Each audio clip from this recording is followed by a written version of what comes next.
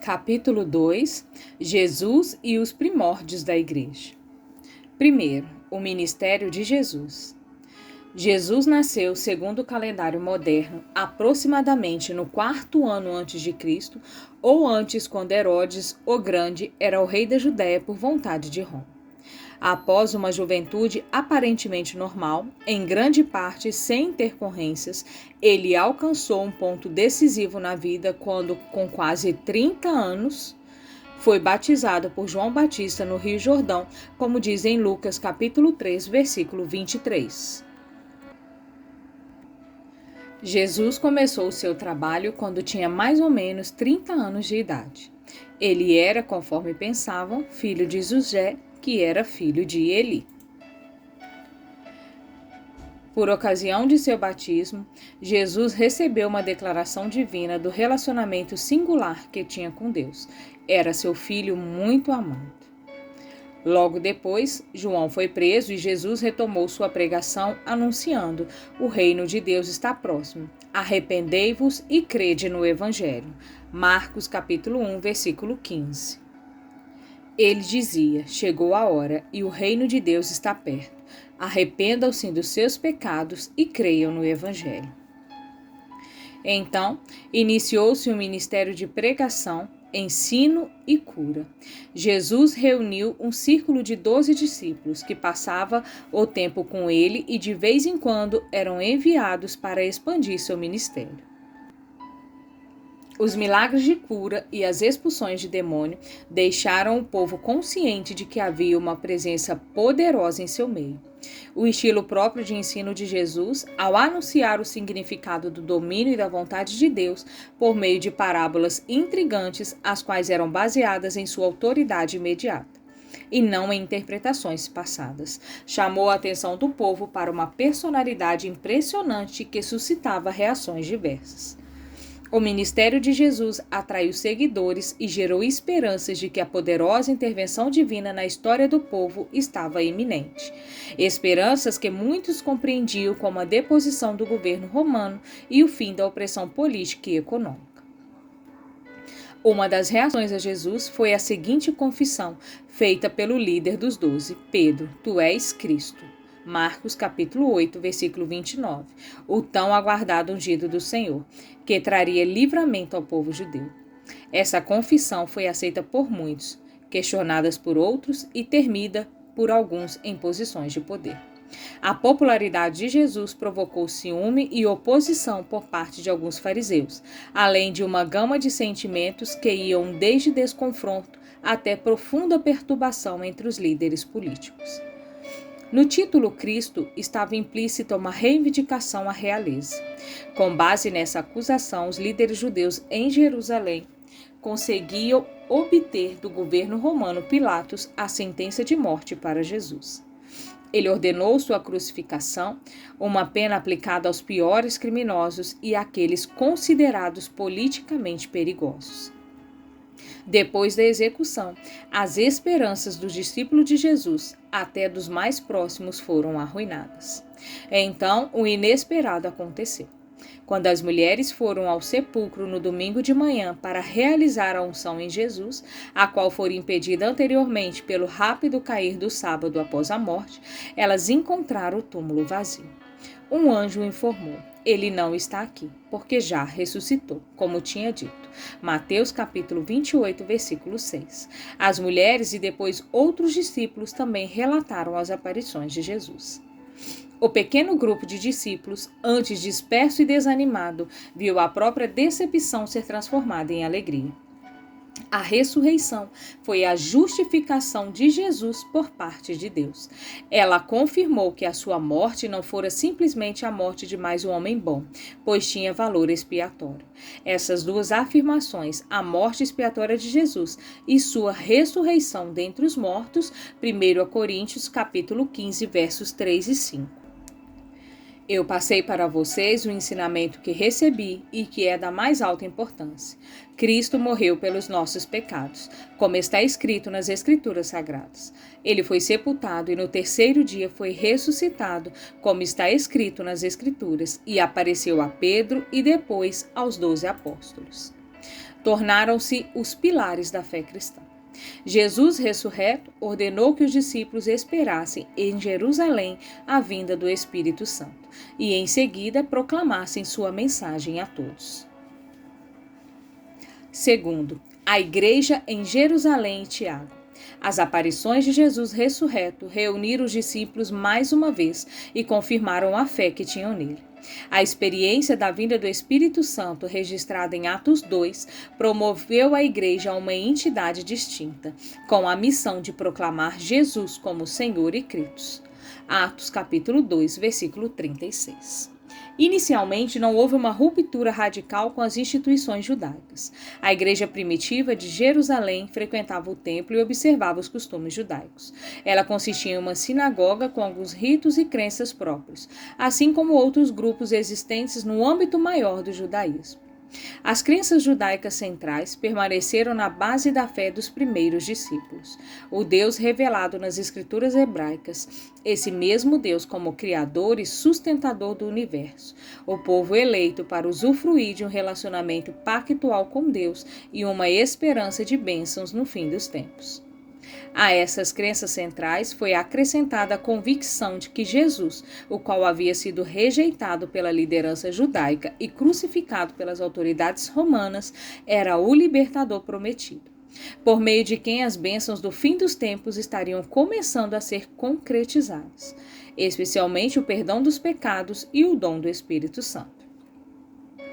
Essa nova convicção, garantida aos discípulos pela fé na ressurreição de Jesus dentre os mortos, juntamente com o rápido crescimento da nova comunidade, que atraía como membros aqueles que haviam seguido Jesus anteriormente e se impressionado com o estilo de vida e as maravilhas manifestas em seu ministério, logo colocaram os discípulos em conflito com as autoridades de Jerusalém.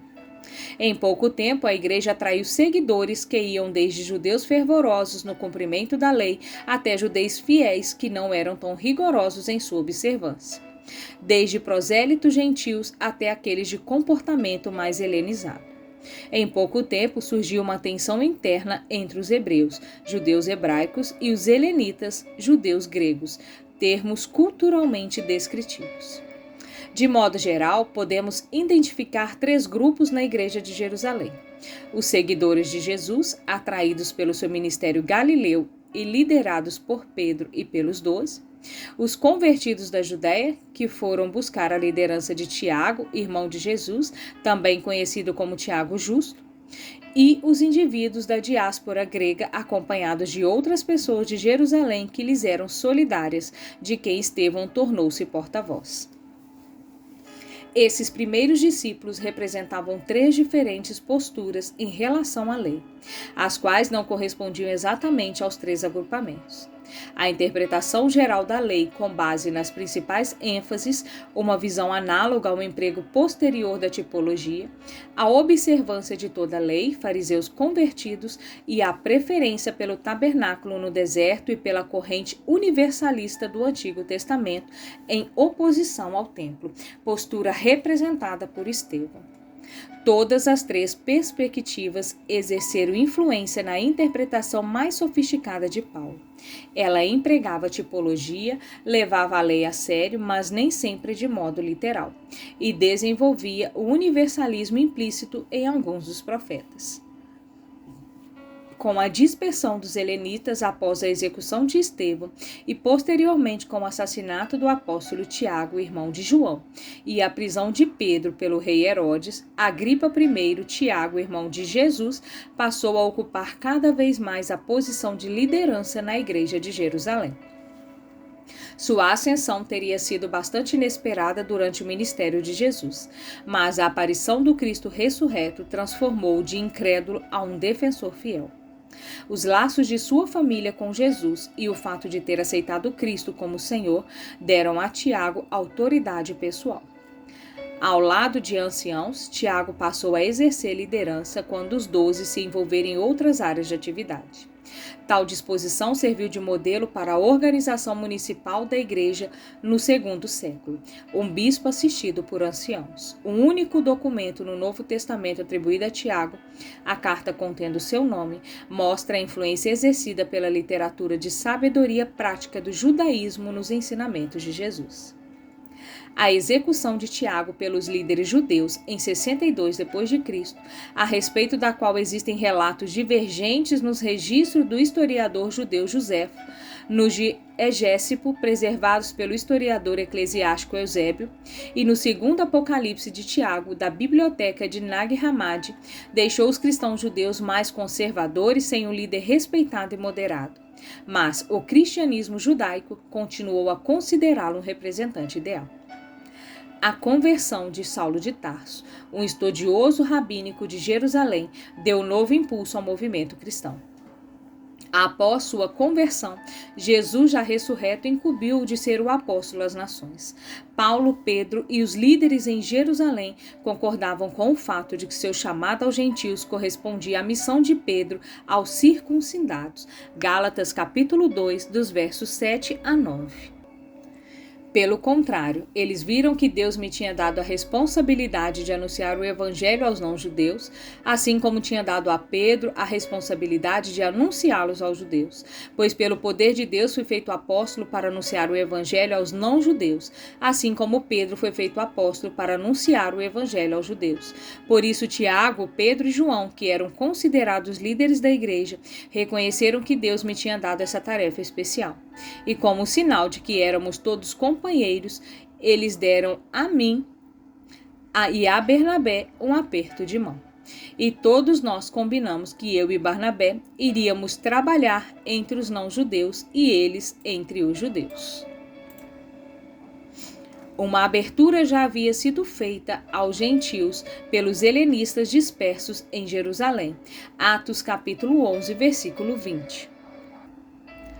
Mas outros que eram de Chipre e da cidade de Cirene foram até Antioquia e falaram também aos não-judeus, anunciando a eles a boa notícia a respeito do Senhor Jesus. E ela também fora confirmada pela experiência de Pedro em Cesareia. Atos capítulo 10, versículo 11. Viu o céu aberto e uma coisa parecida com um grande lençol amarrado pelas 4 pontas que descia até o chão. A controvérsia mais significativa na igreja primitiva dizia respeito às condições de aceitação dos gentios à comunidade cristã. Afinal de contas, deveriam eles aproximar-se como prosélitos, aceitando a circuncisão e a obrigação de seguir a lei, ou seria a fé em Jesus e o batismo suficientes para inseri-los na aliança? Paulo tornou-se o protagonista de um evangelho sem lei para os gentios. Outros indivíduos na igreja de Jerusalém insistiam na necessidade da circuncisão. E Pedro e Tiago, cada um a partir das próprias perspectivas, procuravam mediar. Atos capítulo 15, verso 5. A saída de alguns elementos de Jerusalém colocou os judeus mais conservadores do ponto de vista religioso e cultural em uma posição predominante na igreja local. Os helenitas encontraram um núcleo em Antioquia da Síria. Terceiro, a igreja em Antioquia. A igreja começou em Antioquia quando os crentes de Jerusalém foram dispersos, perseguidos em decorrência da pregação de Estevão. Esses cristãos mais helenizados levaram a mensagem de Jesus aos gregos e foi em Antioquia que o novo termo cristão passou a ser utilizado para designar aquele povo que, embora incluísse tanto judeus quanto gentios, estavam começando a ser identificados como algo distinto de ambos. Atos capítulo 11, versículo 26. Quando o encontrou, ele o levou para Antioquia. Eles se reuniram durante 1 ano com a gente daquela igreja e ensinaram muitas pessoas. Foi em Antioquia que pela primeira vez os seguidores de Jesus foram chamados de cristãos. O abandono da exigência da circuncisão não resolveu, pelo contrário, intensificou a questão da comunhão à mesa entre crentes judeus e gentios. O problema atingiu o ápice em Antioquia, onde a insistência de Paulo para que as leis alimentares judaicas não incidissem sobre os crentes gentios, em contraste com a transigência de Pedro e Barnabé. Gálatas capítulo 2, dos versos 11 a 14.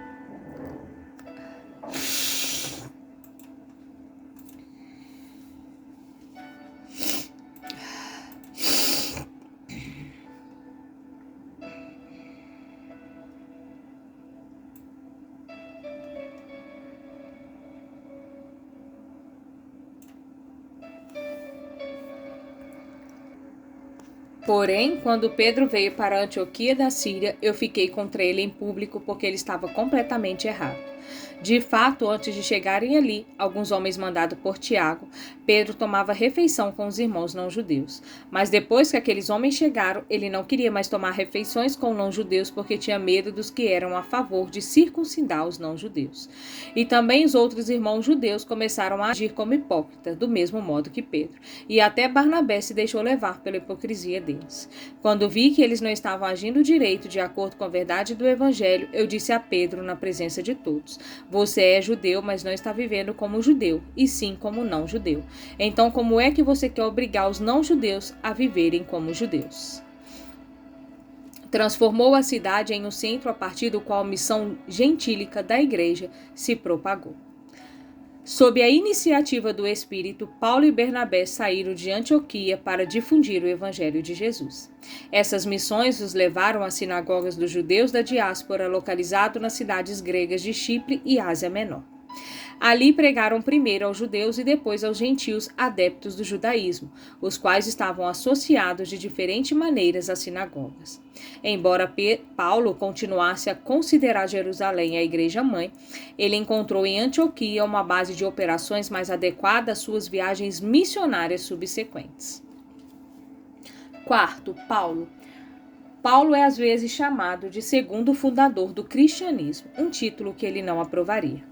O apóstolo é notório na história do cristianismo primitivo por causa da preeminência que Lucas lhe conferiu em Atos dos Apóstolos e também por causa do número de cartas assinadas por ele no cânon do Novo Testamento. Paulo era judeu no aspecto espiritual, romano no aspecto legal e grego no aspecto intelectual. 3 trunfos para o missionário no primeiro século. Paulo foi o apóstolo dos gentios por excelência, tanto que a igreja tornou-se predominantemente gentia ao final do primeiro século. Sua influência formativa nas igrejas que fundou, bem como naquelas estabelecidas ou mantidas por parceiros, conferiu-lhe inegável valor na história da igreja primitiva. Apesar disso, a importância dos 12 discípulos como primeiras testemunhas da vida e do ministério de Jesus não foi esquecida. Paulo entendia seu chamado apostólico no sentido missionário, e a extensão de suas viagens é verdadeiramente impressionante. Ele levou o evangelho de Jesus por toda a Ásia Menor, Grécia e, por fim, embora na posição de prisioneiro, a Roma. Relatos posteriores afirmam que ele concretizou sua intenção de ir à Espanha, atravessando assim a amplitude do mar Mediterrâneo. Em suas viagens, Paulo primeiro abordava os judeus nas sinagogas e depois ministrava aos simpatizantes gentios, com os quais tinha contato também por meio das sinagogas. Uma vez que o evangelho apresentado por ele não exigia dos gentios a observância da lei de Moisés, esses crentes logo acharam impossível permanecer dentro da comunidade judaica estabelecida. Por esse motivo, o apóstolo transformou-os em novas comunidades com características próprias. Trabalhando raramente sozinho, Paulo levava colegas consigo nas viagens e deixava algum deles pelo meio do caminho, a fim de continuarem ministrando aos novos crentes.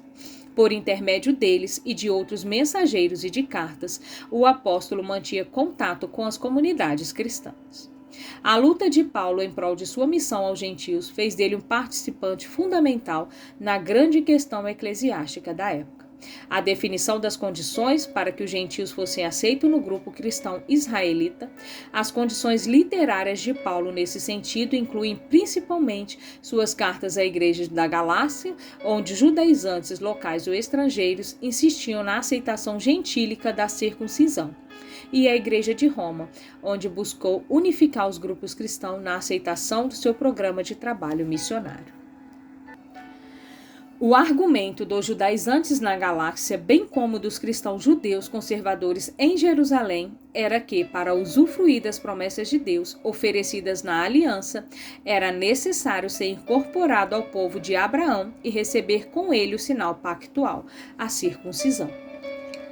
A resposta de Paulo foi que a base para a aceitação divina de Abraão havia sido a fé. E creu ele no Senhor e foi-lhe imputado isso por justiça. Gênesis capítulo 15, verso 6.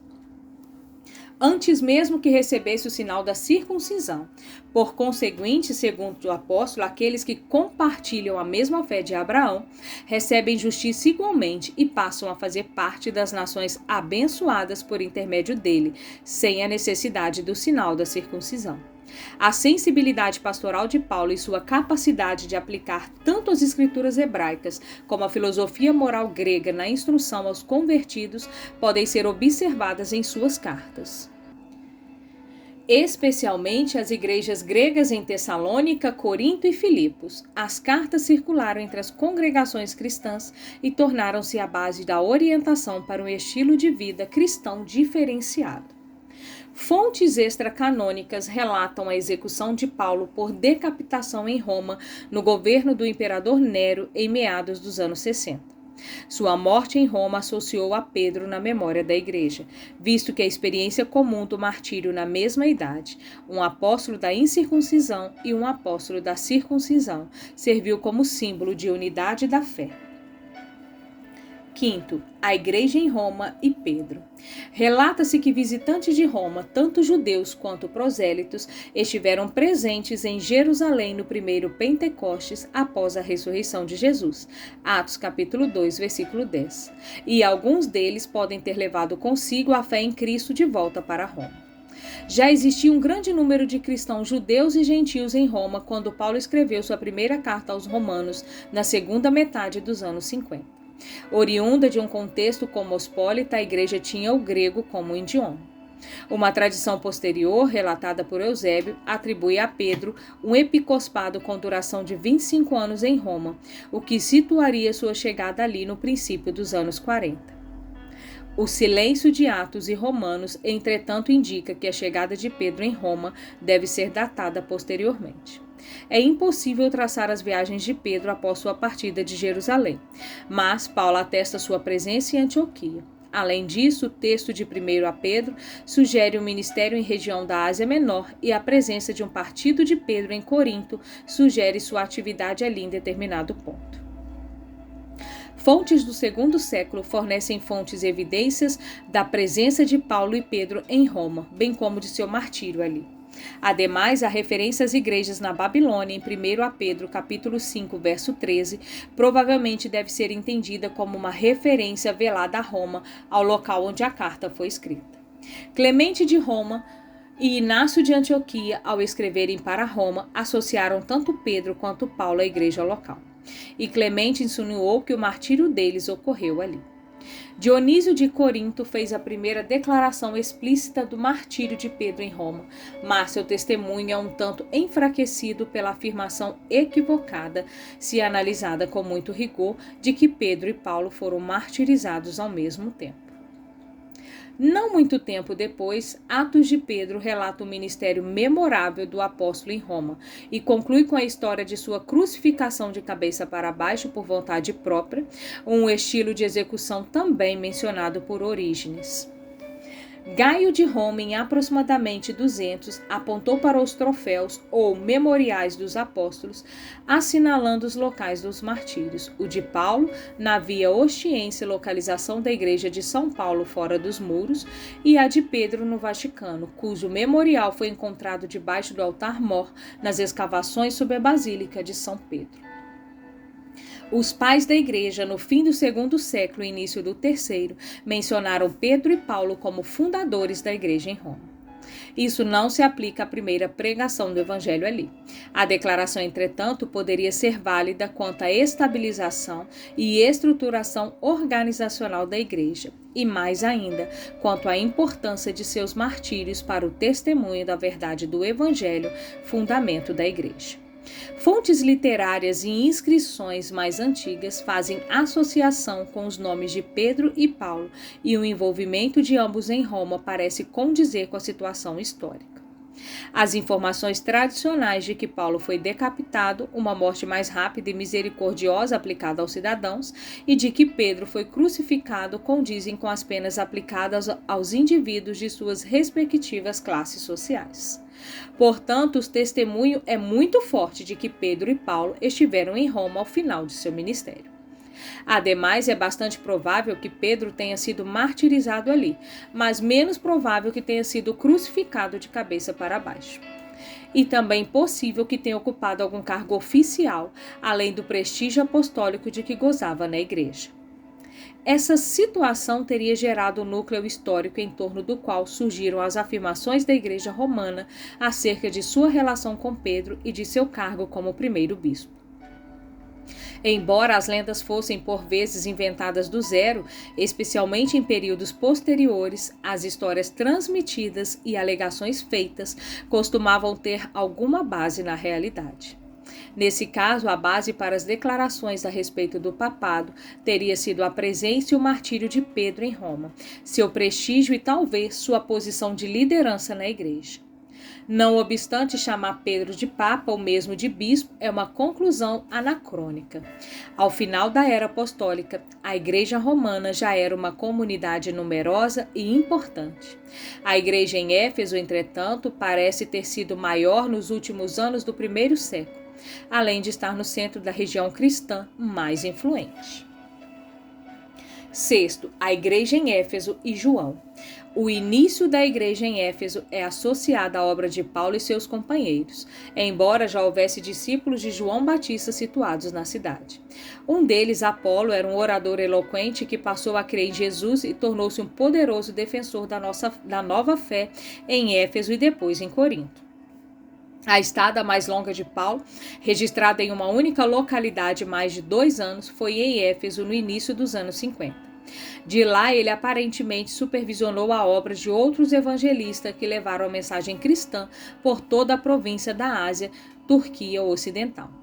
Os relatos em Atos mostram Paulo em contato, e muitas vezes em conflito, com uma miscigenação dos mundos judaicos e gentílico em Éfeso, isto é, com oficiais do governo, intelectuais gregos, judeus mais ou menos ortodoxos, exorcistas judeus itinerantes, magos pagãos e adoradores da deusa Esfésia, Ártemis, cujos interesses econômicos e religiosos estavam interligados.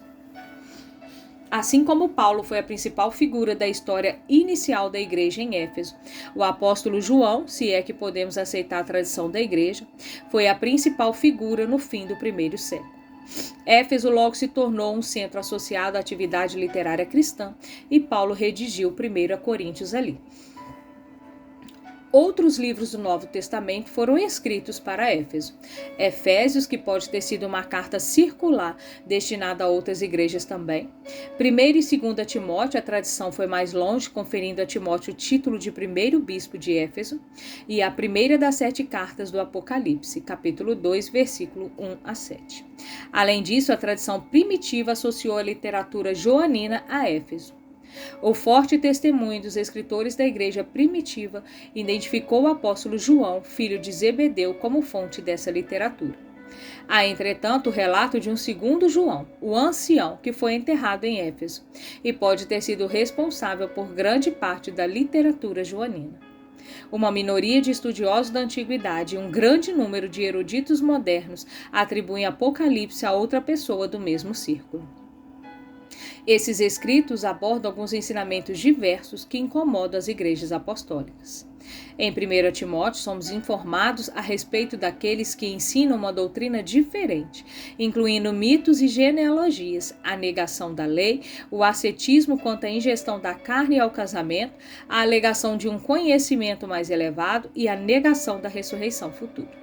As cartas joaninas colocam bastante ênfase na mensagem apostólica original e na união da divindade e humanidade presentes em Jesus Cristo, em oposição àqueles que, separando-se da comunidade cristã, negavam a humanidade de Cristo e não praticavam o amor fraternal. As 7 cartas no início do Apocalipse mostram alguns problemas internos de tolerância a costumes pagãos, incluindo sua imoralidade. O livro como um todo, entretanto, aprofunda-se especialmente em temas apocalípticos judaicos para fornecer às igrejas contra o desafio da perseguição por parte de uma sociedade pagã aliada ao culto imperial. O fervor escatológico perdurou por mais tempo no interior da Ásia Menor do que em qualquer outra localidade da igreja grega. Com base em João 19, versículos 26 e 27, a tradição posterior relata que o apóstolo levou a mãe de Jesus, Maria, consigo a Éfeso e que os dois morreram ali. Por esse motivo, seitas influentes dedicadas a João e Maria teriam se desenvolvido na região. À semelhança do pensamento supracitado acerca de Pedro em Roma, é provável que o apóstolo João, ou alguém quem foi confundido, tenha sido a ligação entre a época apostólica e a igreja em Éfeso ao final do primeiro século. O Evangelho de João é o único livro no Novo Testamento que preserva referências anedóticas a Tomé, além de partilhar com o Evangelho de Tomé o interesse pelas palavras de sabedoria de Jesus. 7. A Igreja na Síria e Tomé. A menos que a lista de povos presentes no Pentecoste em Atos 2 tenha como finalidade indicar as regiões a quais aquelas pessoas levaram a mensagem cristã, o Novo Testamento mantém silêncio, em grande parte, quanto à expansão oriental da igreja.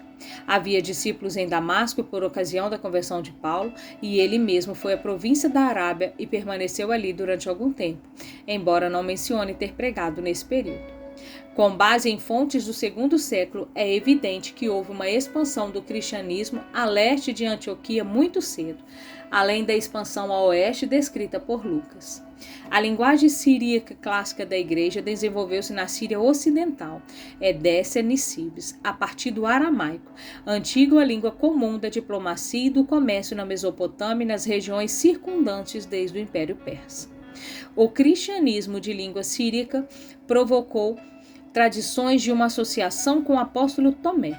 Essas tradições, incorporadas a doutrinas de Adai no V século, alegavam que o evangelho fora pregado primeiro em Edécia por Adai, com o incentivo de Tomé. Grande parte da literatura primitiva da região leva o nome de Tomé, o Evangelho de Tomé, que consiste em uma coletânea de palavras de Jesus preservada em cópita e de forma incompleta em grego. Outro Evangelho de Tomé, escrito em grego, que narra a infância de Jesus, e Atos de Tomé, preservado nas versões grega e siríaca. A natureza bilíngue da região pode ser vista não apenas nas edições duplas da obra, como também na incerteza quanto à língua original delas, tais como Odes de Salomão e de Atesarão de Taticiano. Escritores ocidentais relataram uma missão de Tomé na Pérsia ou na Índia, também em Atos de Tomé. Essas tradições, caso não sejam inteiramente descartadas, ao menos mostram que o evangelho foi difundido a essas regiões a partir da Síria e transmitido por cristãos que honraram o nome de Tomé.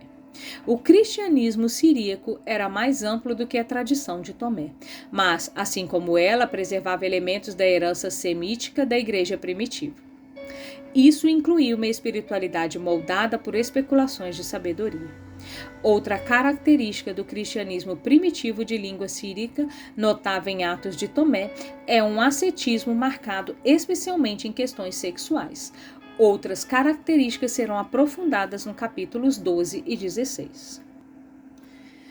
8. A vida da igreja na era apostólica. O relato anterior acerca das diferentes regiões e dos diferentes indivíduos com papel de liderança na igreja primitiva aponta para a variedade de expressões no cristianismo inicial, e mais disso será visto nos capítulos subsequentes.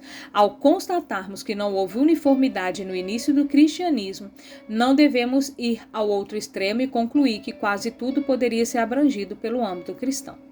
Em meio à variedade de ênfase e interpretações, havia uma fé comum em Jesus e um núcleo comum de ensinamentos apostólicos que estabeleciam limites à diversidade. Viagens frequentes e comunicação via cartas ou mensageiros impedia que a maioria das comunidades se desenvolvesse de forma isolada dos demais crentes. Embora as escrituras do Antigo Testamento derivadas do judaísmo fossem tratadas de formas diferentes, havia uma aceitação comum do que eram a palavra de Deus. E existia o comportamento de interpretá-las à luz da nova revelação em Jesus Cristo. Além disso, certas práticas comuns serviram como fatores unificadores desde muito cedo. Alguns costumes distintos que viriam a caracterizar a igreja ao longo da história tiveram início na era apostólica: o batismo, a Santa Ceia, as reuniões dominicais e as ênfases morais. A admissão à comunidade cristã exigia fé em Jesus como Senhor e Salvador e o batismo em seu nome. A aceitação de Jesus como Messias era a linha doutrinária óbvia que dividia cristãos e judeus. O batismo administrado por João Batista e seu recebimento por Jesus foi o antecedente imediato da prática cristã. O batismo de João, assim como certas purificações cerimoniais judaicas, era feito por imersão. Contudo, ele se diferenciava delas por ser um batismo de arrependimento para a remissão dos pecados e por ser executado por outra pessoa em vez de auto-administrado, daí o nome de João, o batizador. O batismo cristão compartilhava as características supracitadas com o batismo de João, mas diferenciava-se por incluir a confissão do nome de Jesus e a promessa do dom do Espírito Santo, o qual, nas expectativas judaicas, equivalia ao sinal da vinda da era escatológica. ênfases teológicas diferentes caracterizavam a interpretação do batismo por diferentes autores. Por exemplo, a imagem de morte e ressurreição empregada por Paulo e a de renascimento empregada por João. Mas a prática em si era essencialmente a mesma. Desde o início, os discípulos deram continuidade à prática das refeições coletivas, com a qual haviam tido contato durante o ministério de Jesus.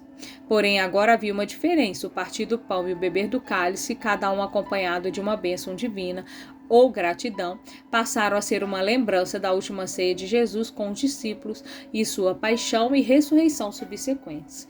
A definição de refeição coletiva foi preservada nas expressões partir do pão, momento em que se proferia uma bênção e dava-se início às refeições judaicas, e Santa Ceia em oposição às refeições comuns. O significado especial de partir o pão e beber o cálice da bênção, por ocasião das celebrações comunitárias, sempre tinha um sentido teológico distinto da refeição propriamente dita, mesmo quando esta era considerada uma expressão de comunhão ou fraternidade. No tempo devido, a prática foi separada da refeição, talvez como resultado das instruções de Paulo em 1 Coríntios, capítulo 11, dos versos 17 e 34, e certamente na época em que Mateus, capítulo 26, dos versos 26 e 29, e Marcos, capítulo 12, do verso 22 a 25, registraram o costume como algo alheio a ela, mesmo que fosse realizado no mesmo cenário. As reuniões especiais dos cristãos incluíam a observância da Santa Ceia, orações, cânticos, leitura das Escrituras e mensagem de instrução e exortação. Embora pudessem estar juntos com mais frequência, até mesmo diariamente, esses encontros ocorriam no mínimo em comemoração à ressurreição de Jesus no primeiro dia da semana, expressão judaica, ou seja, no dia do Senhor, expressão cristã. Um padrão que, segundo João, começou com as aparições de Jesus após sua ressurreição. João capítulo 20, versos 19 e verso 26. Os cristãos judeus continuaram a observar o sábado, mas participavam das reuniões cristãs no dia seguinte. Os convertidos pagãos, porém, não viam significado algum para si na observância judaica. Embora incorporasse algumas fórmulas judaicas tradicionais, os cristãos relacionavam sua obediência diária de oração a Jesus aos seus ensinamentos sobre oração. A generosidade no auxílio aos pobres, um comportamento também com antecedentes na prática judaica, caracterizou as comunidades cristãs desde o início. Os cristãos também deram prosseguimento aos ensinamentos morais que haviam sido desenvolvidos no judaísmo, os quais eram aplicados no ambiente contemporâneo e assuntos de família, profissional e estrutura social. Questões de moralidade, entretanto, não eram abordadas da mesma maneira que no judaísmo. A sujeição de todo comportamento aos mandamentos de amar a Deus e ao próximo, além da motivação de limitar o amor divino demonstrado na vida de Jesus, forneceu um princípio organizador distinto ao ensinamento moral cristão.